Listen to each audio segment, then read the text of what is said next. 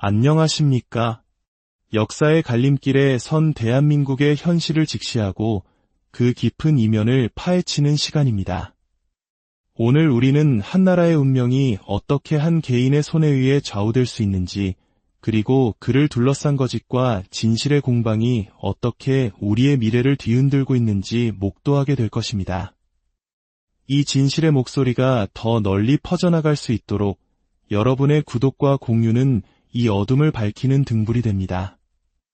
영상을 시작하기에 앞서 이 내용을 접하시는 모든 분들의 가정과 삶에 하나님의 크신 평강이 함께하시기를 간절히 기도합니다.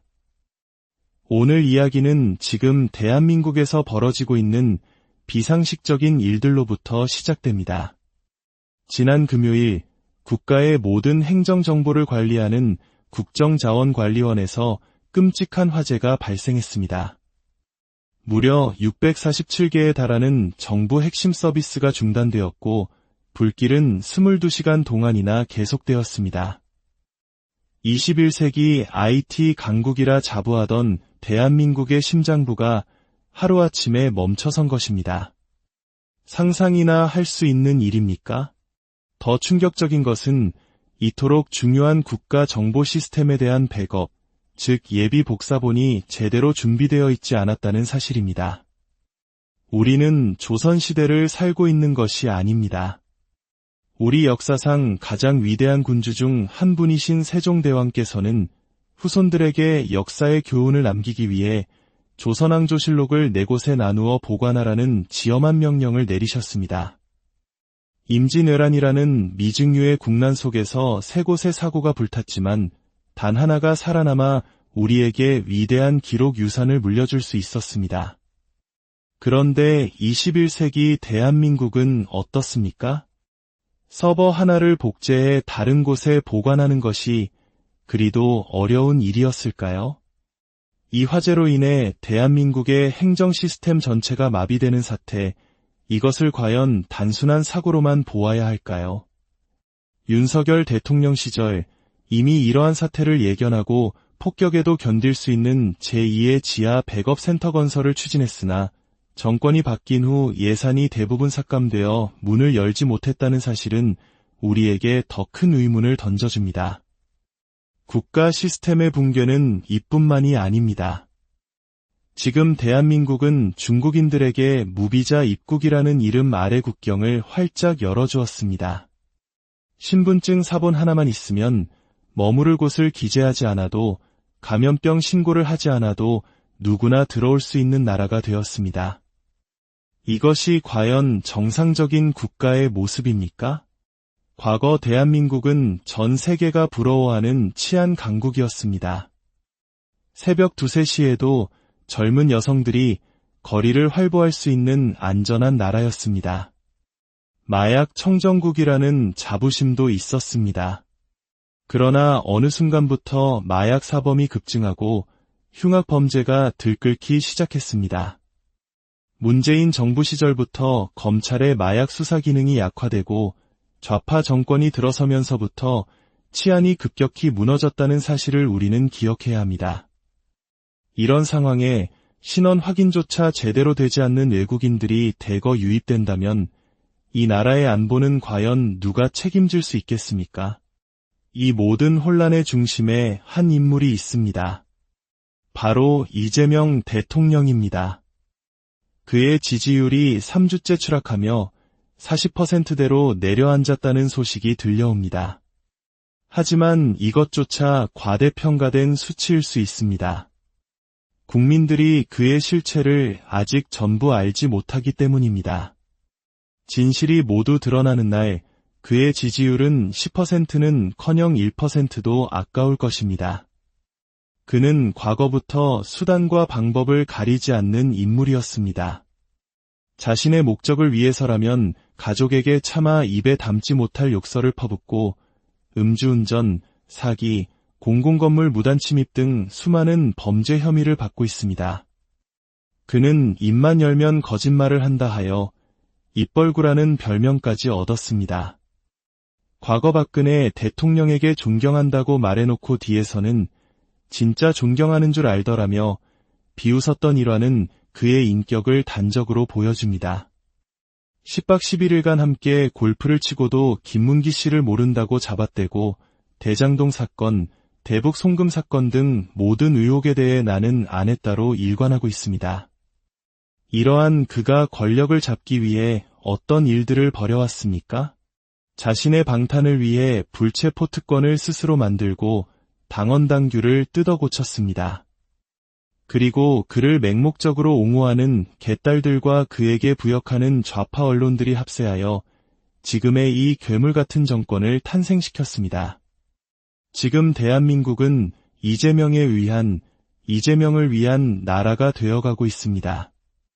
대장동 사건에서 성남 시민에게 돌아가야 할 4,800억 원의 개발 이익을 김만배와 같은 특정 세력에게 몰아준 배임죄 혐의를 벗기 위해 아예 배임죄 자체를 폐지하려 하고 있습니다. 자신의 사법 리스크를 덮기 위해 78년간 대한민국의 권력 비리와 부패를 척결해온 검찰청을 폐지했습니다. 자신에게 비판적인 언론을 장악하기 위해 방송통신위원회를 해체하고 친정권 인사들로 채우려 하고 있습니다. 이것이 과연 민주주의 국가에서 일어날 수 있는 일입니까? 이 모든 것은 결국 단 하나의 목적, 즉 범죄자 이재명이 대통령직에서 물러난 후 감옥에 가지 않기 위한 발버둥일 뿐입니다.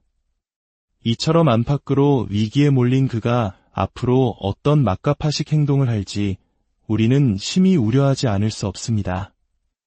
그는 이미 국가 비상사태를 선포할 가능성을 내비치고 있습니다. 이는 대한민국을 1970년대의 독재 시절로 되돌리려는 시도와 다름없습니다. 이 암담한 현실 속에서 우리는 한 사람을 기억해야 합니다. 바로 윤석열 전 대통령입니다. 이재명과 그를 따르는 세력들은 윤석열 대통령의 비상계엄 선포를 내란이라고 규정하고 그를 숙청하여 권력을 찬탈했습니다. 하지만 과연 비상계엄이 내란일 수 있을까요? 트럼프 미국 대통령은 SNS를 통해 분명히 말했습니다. 계엄은 내란이나 반란이 아니다. 그것은 코미디다. 계엄과 반란은 정반대의 개념이다. 이것은 상식입니다. 계엄은 국가의 헌정 질서를 파괴하려는 세력, 즉 내란 세력으로부터 국가를 지키기 위한 최고 통치권자의 합법적인 통치 행위입니다. 윤석열 대통령은 당시 대한민국을 마비시키고 있던 반국가 세력으로부터 자유민주주의를 수호하기 위해 헌법 77조에 보장된 대통령의 고유 권한을 행사했을 뿐입니다. 헌법에 따라 선포했고 국회의 해제 요구에 따라 헌법에 따라 해제했습니다. 그 어떤 과정에서도 이원적인 요소는 없었습니다. 오히려 진짜 내란 세력은 누구입니까? 헌법에 보장된 대통령의 통치 행위를 내란으로 왜곡하고 거짓 선동으로 대통령을 끌어내려 권력을 찬탈한 이재명과 더불어민주당이야말로 진정한 내란 세력이자 반국가 세력이 아닙니까? 재판이 진행 중이고 1심 선고조차 나지 않은 전직 대통령에게 내란 수괴라는 딱지를 붙여 온갖 인권 유린을 자행하고 있습니다. 무죄 추정의 원칙이라는 근대 형법의 대원칙마저 무시되고 있는 것입니다.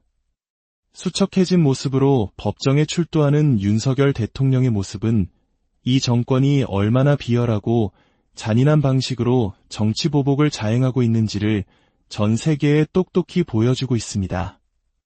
상황은 더욱 위태롭게 흘러가고 있습니다. 북한은 이제 중국, 러시아와 군사적 동맹을 맺고 노골적으로 우리를 위협하고 있습니다.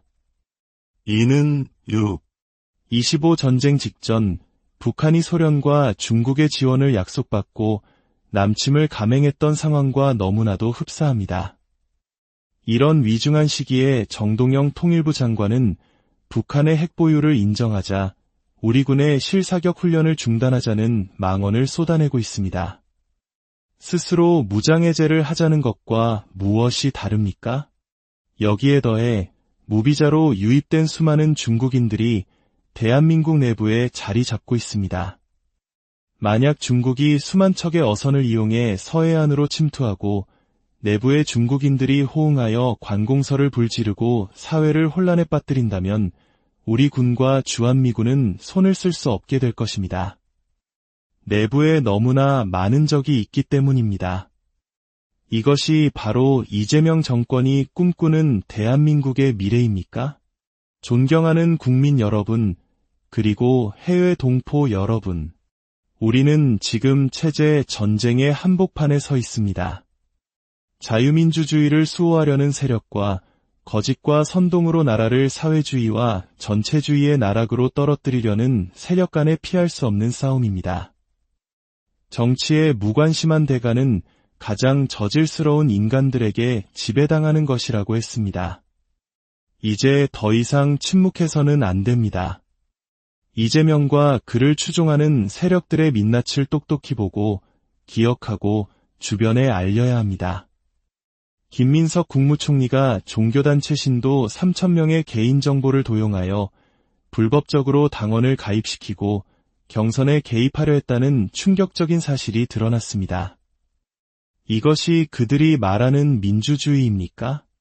우리는 이런 거짓과 불법에 맞서 합법적이고 민주적인 방식으로 우리의 힘을 보여주어야 합니다.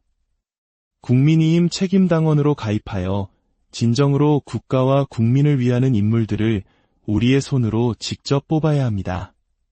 당원이 주인이 되는 정당, 그것이 진정한 민주주의입니다.